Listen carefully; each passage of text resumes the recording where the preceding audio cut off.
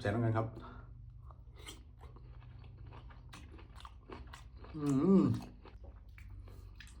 เบิ่งผาคิริว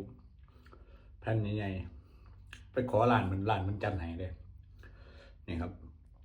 พันใส่กับเนื้อมันพันใส่กับเนื้อครับเอาผาคิริวพันเนื้อบางแซ่บๆกันครับ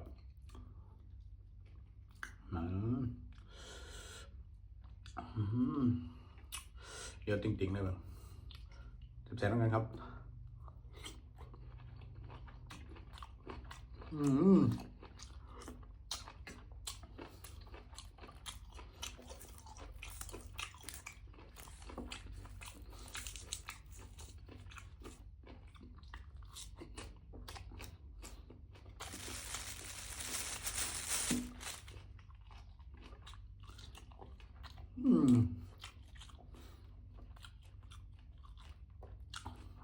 ขั้นหน้า